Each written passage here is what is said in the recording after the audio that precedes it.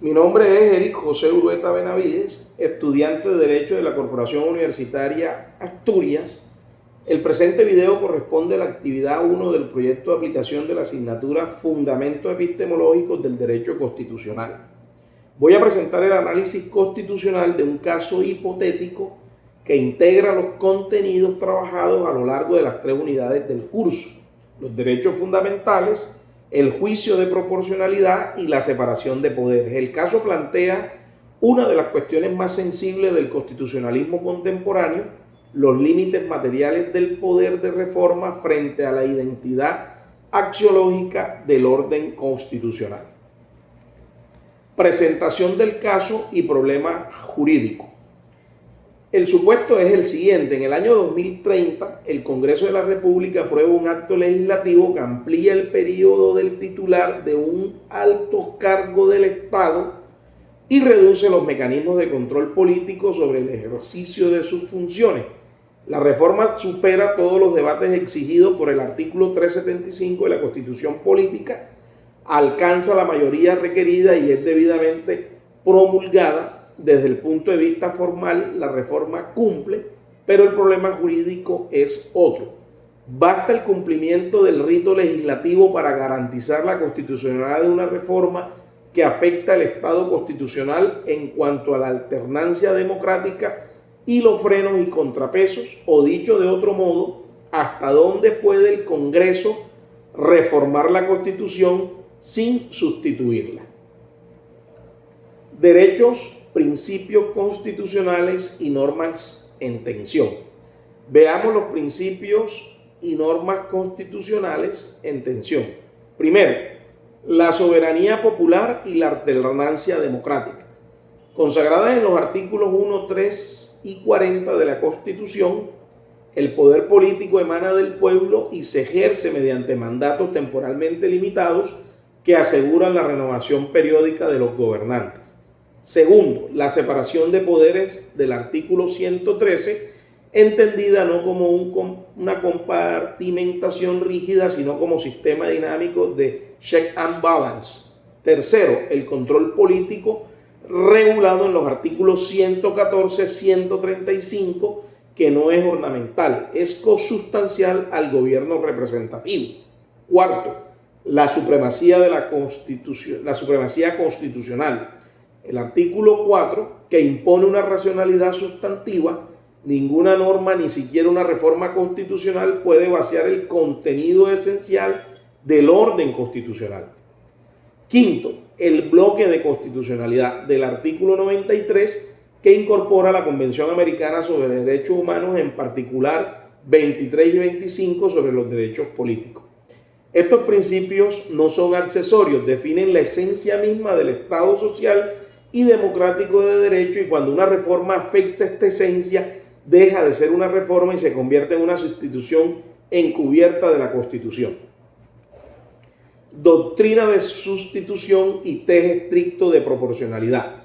Aquí entra la doctrina decisiva del caso. La doctrina de sustitución de la Constitución, construida pretorianamente por la Corte Constitucional ante la ausencia de cláusulas pétreas expresas en la Carta de 1991, la línea jurisprudencial es verificable y consolidada. Arranca con la sentencia C-551 de 2003 del magistrado Dr. Eduardo Montealegre Linet, fundadora del juicio de sustitución.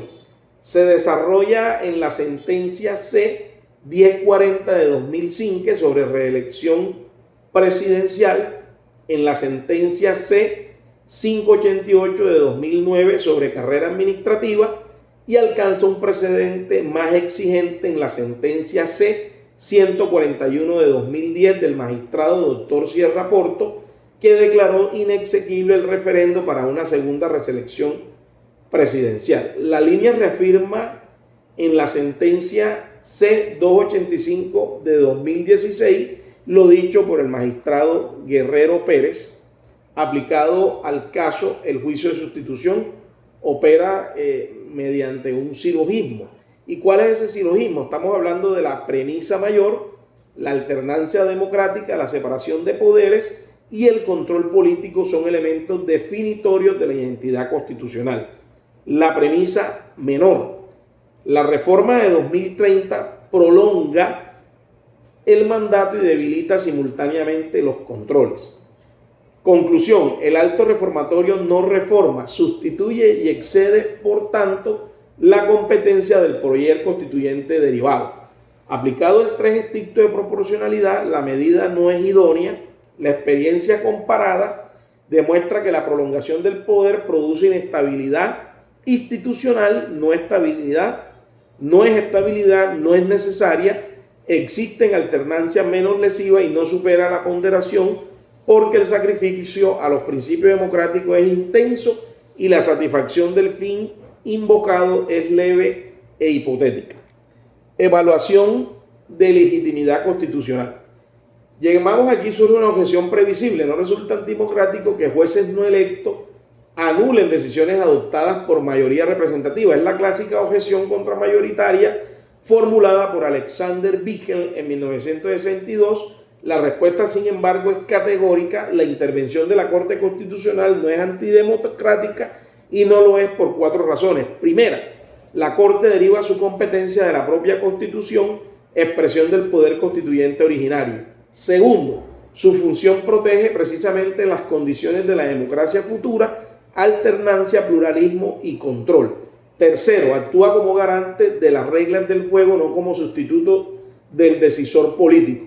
Y cuarto, la doctrina de la sustitución no impide la reforma, solo exige que las transformaciones más radicales se canalicen por el procedimiento adecuado del artículo 366. Una asamblea constituyente, como sostiene Ferrajoli, las democracias constitucionales se caracterizan por la incorporación de esferas de lo indecidible, y esa indecidibilidad es la condición de posibilidad de una democracia que no se autodestruya. Conclusión argumentada. Concluye entonces con la tesis y el cierre. La tesis es la declaratoria de inexequibilidad del acto legislativo de 2030 por sustitución de elementos definitorios de la identidad constitucional.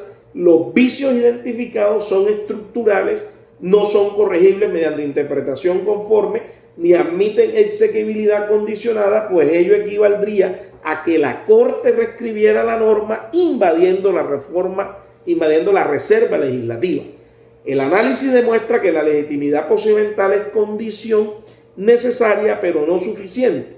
El cumplimiento del trámite no clausura el control. La legitimidad sustantiva exige que el contenido del acto respete los principios estructurales del Estado Social de Derecho, y la Constitución del 91 no es un texto al servicio de mayorías ocasionales, es el límite material del poder, incluido el poder de reforma.